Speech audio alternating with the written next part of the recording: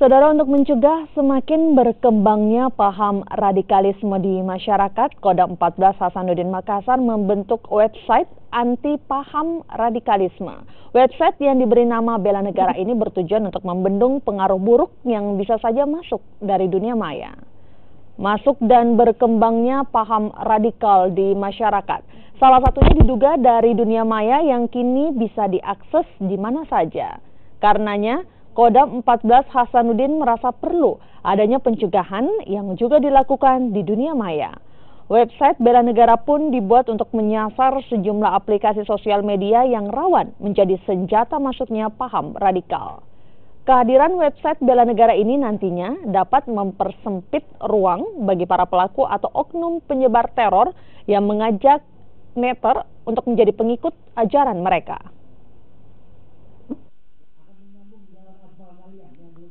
Kami TNI ikut bagaimana membendung pengaruh yang dilakukan melalui dunia maya.